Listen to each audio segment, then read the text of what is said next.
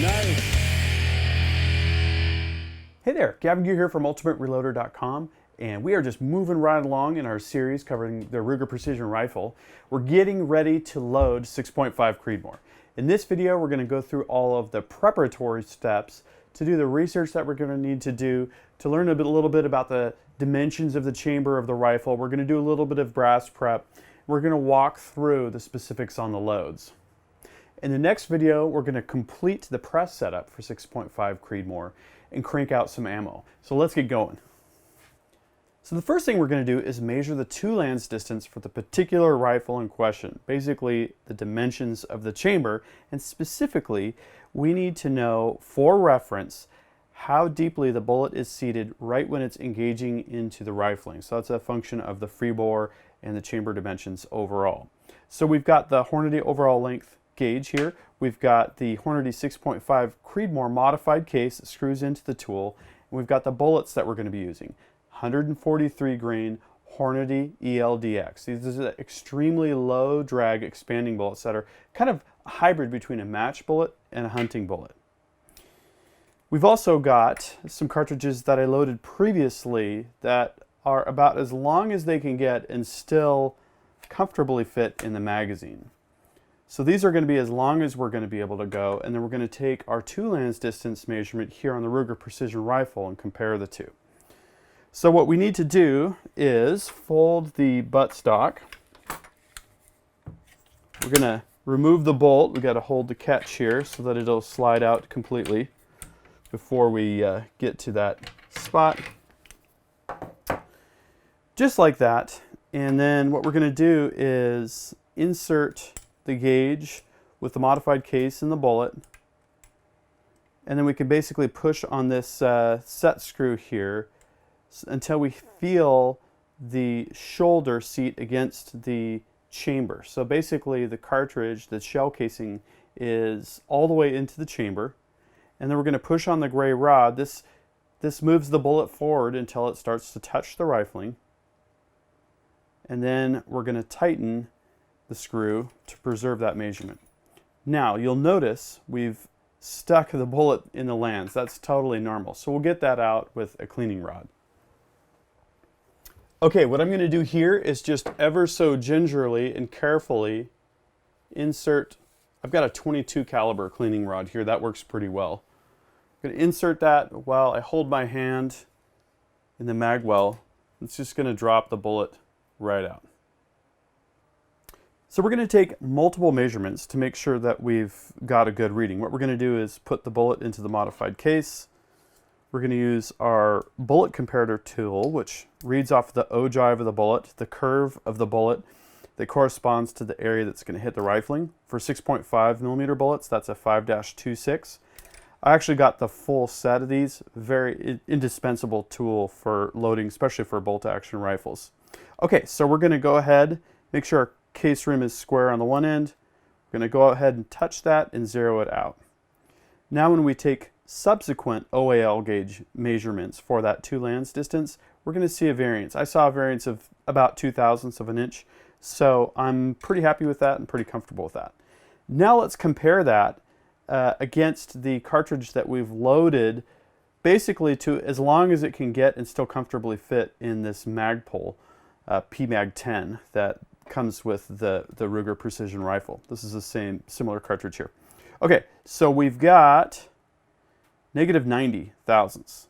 So it's going to move 90 thousandths before it hits the rifling roughly, which is more than I like. Actually, we could get great exceptional accuracy out of this. I normally like to start about 20 thousandths off the land, but because of this particular magazine and the bullet profile with this heat shield tip on it, we're not going to be able to get quite that far.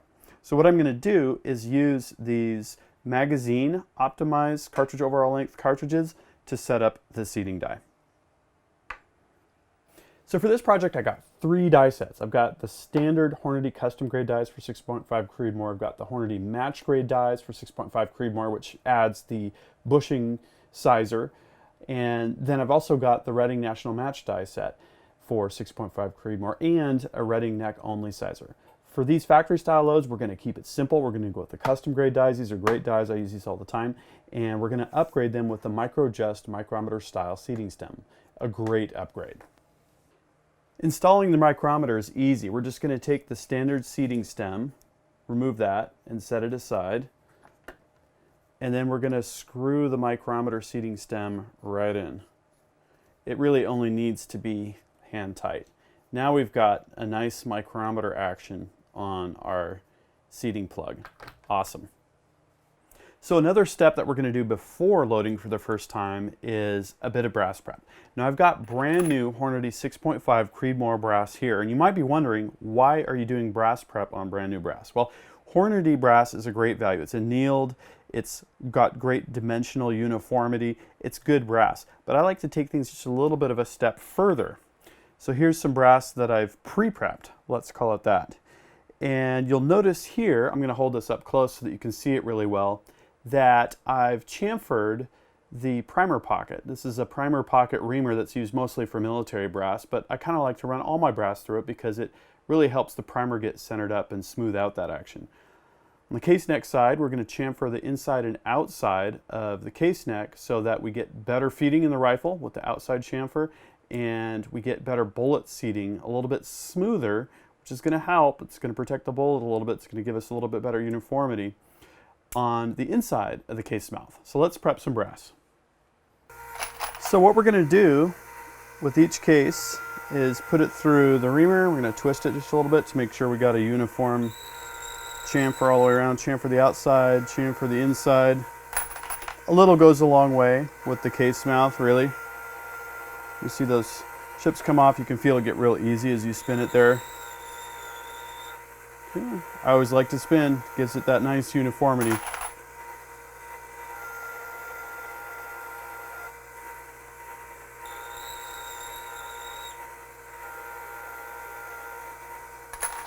Okay, let's get our dies set. So important note here, before we work with our sizing die, we're going to want to set the decapping depth. We're going to look for a little over 1/8, between 1/8 and 1/4 there. And then we're going to take a wrench and lock down this zip spindle. The zip spindle is the Hornady design. That enables quick adjustment. Okay, now we're not decapping right here because we're using brand new brass. But now we're set up for when we do want to do that. Okay, another note here. These are going to just turn 1/8 of a turn. We like to get those locked into position before we set up the die. What I want to do is run the expander ball on the inside of the case mouth, but I don't want to do any sizing because I'm using brand new brass. Of course, we'll check that with our case gauge to make sure we're good there. So what I'm going to do is run the shell plate to the top. We'll run the die down.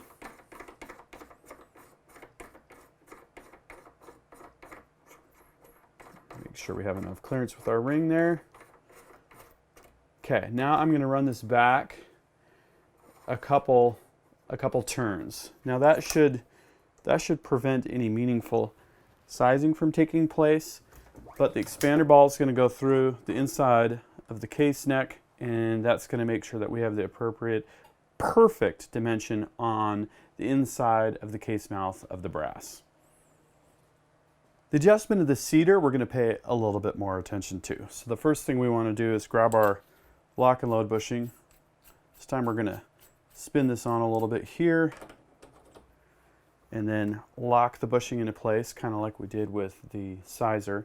Now we're going to take one of those cartridges that I had previously loaded with the correct length for the magazine, index that up, okay, and I'm going to adjust the die so that we just feel it kind of bear down on the bullet a little bit with the micrometer seating stem in about the middle of the adjustment range. Now we should be pretty close to where we need to be, and what we'll do is we'll double check with our bolt comparator and our cartridge overall length that we're at the correct dimensions for our magazine. As long as we can get based on the dimensions that we took with the overall length gauge and just enough room to fit into the magazine. So the press is now pretty well pre-set up. We still got to add our components, our powder, and our primers. We got to check everything, but it's not going to be long, and we're going to be loading ammo progressively.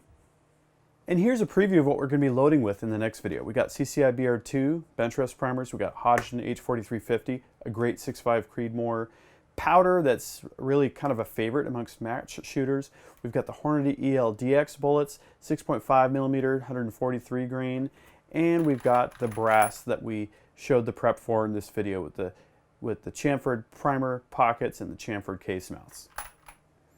Well, that went pretty fast. Following the steps that I showed in the unboxing and overview / setup video, we had just a few things to do to get the press ready. We got our dies dialed in to their initial spec. We'll fine tune if we need to. From there, we put on our micrometer seating stem.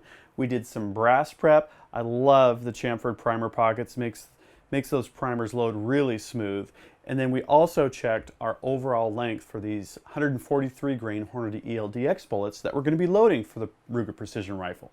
So stay tuned, because in the next video we're going to do full progressive loading of factory style ammo with brand new brass, with Hornady ELDX bullets, with Hodgdon 4350. It's going to be great. So we'll see you all soon.